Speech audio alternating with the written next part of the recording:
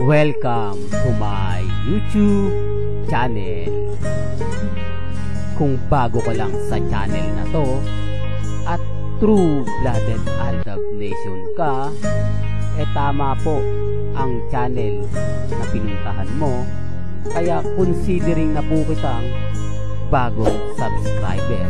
At huwag mong kalimutan pindutin yung bell para lagi po kang updated sa bagong video na ilalabas ko. Salamat po sa iyong pag-click sa channel na to. Welcome back mga kaaldab. Ito na naman po ang inyong lingkod, si Mr. Destiny. At syempre may bago na naman po tayong update.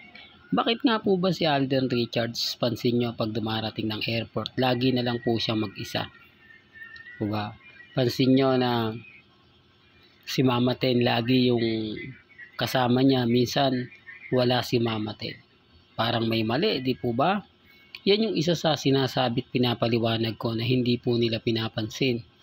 Hindi po katulad ng dati na kapag dumarating ang pamilya Polkerson galing sa ibang bansa noong mga panahon ng 2016, lagi po silang magkasama. Lalong-lalo na po kung matatandaan nyo sa Japan. Di po ba? Real talk mga kaaldab. Ako, kumbaga, hindi na natin pwede pang sabihin na hindi totoo yung mga sinusulat sa social media. Di po ba? At syempre, kapag dating ni Alden Richards, Itbulaga talaga ang una niyang pinupuntahan. Ang unang show na talagang napamahal na kay Alden Richards. Di po ba? Kaya lang syempre may mga bagay-bagay po na mahirap nga po talagang ipaliwanag.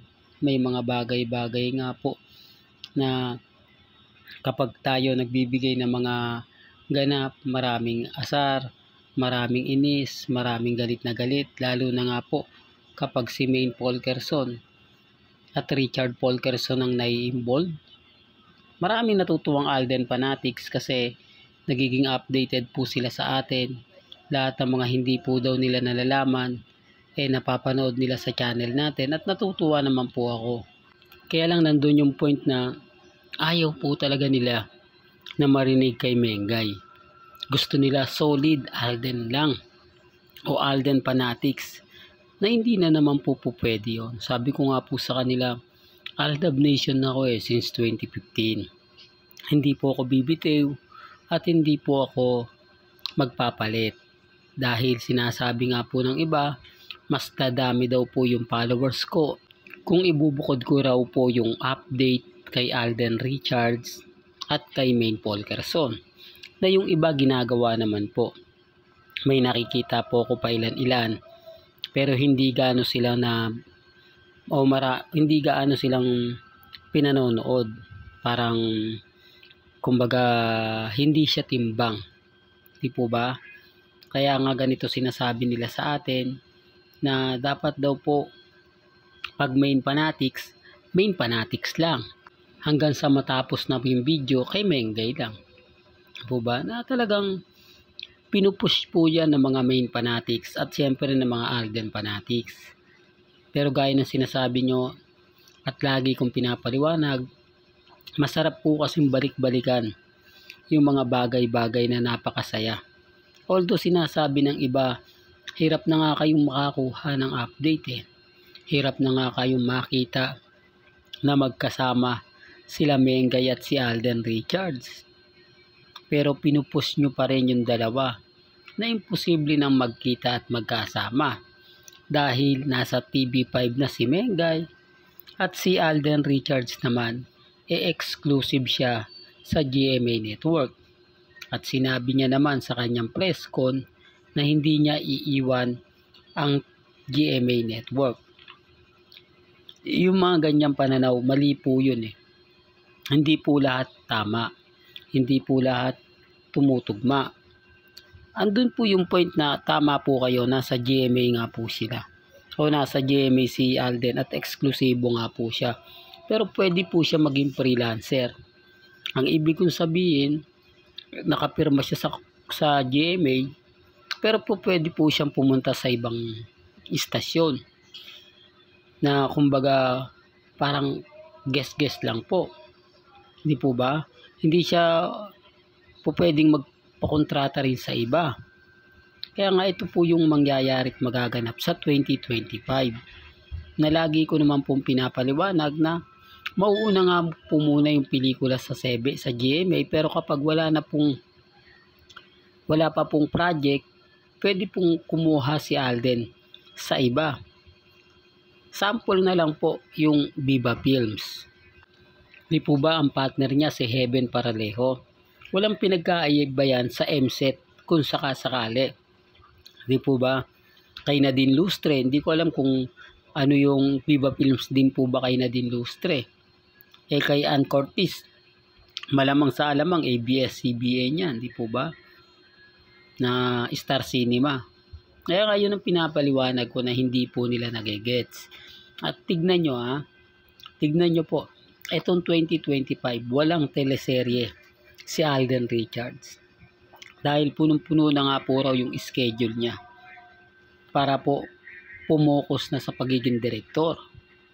O hindi naman lingid sa inyong kaalaman na si Alden Richards ang pinakabatang direktor sa Mowel Pan.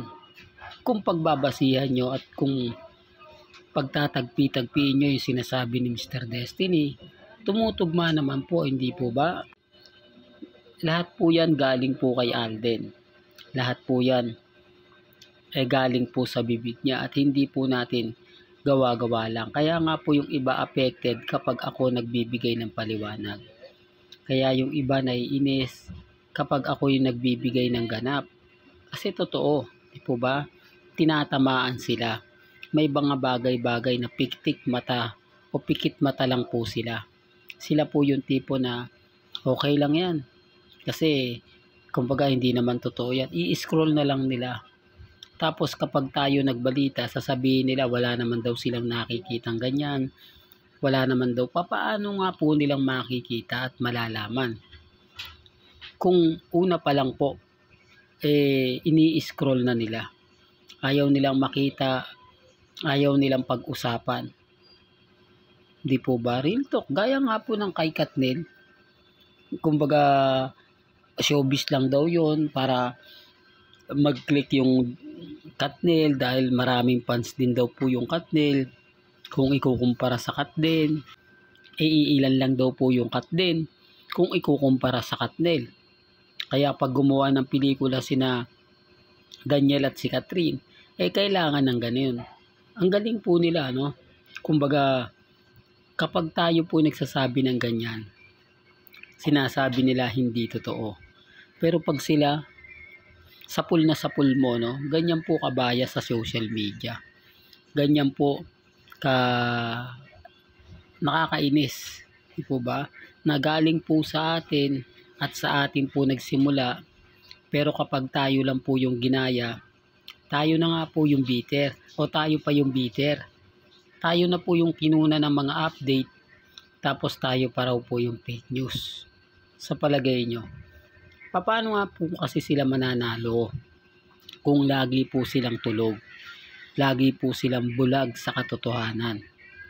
Na kahit balibalik ka rin natin ng sitwasyon, iba po kasi kapag ka-updated ka. Iba po kasi kapag kumbaga nauuna ka lagi. Hindi po ba? Yan ang isa sa rason, mga kaaldab, kung bakit po mas mabilis tayo nagbibigay ng mga ganyan. Kasi hindi na natin pinatatagal.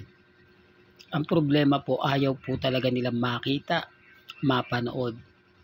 Kaya nga po yung pinapaliwanag natin pagbabalik ng movie ng Aldab, antayin nyo. Malaking insulto at malaking sampal po yan para po sa mga nagsasabing hindi totoo. Gaya nga po ng pinapaliwanag ko, magko-collab po ang kumpanya ni Alden Richards sa MSET at si Alden Richards hindi po posible maging direktor ng pelikula ng pagbabalik nga po ng Aldab.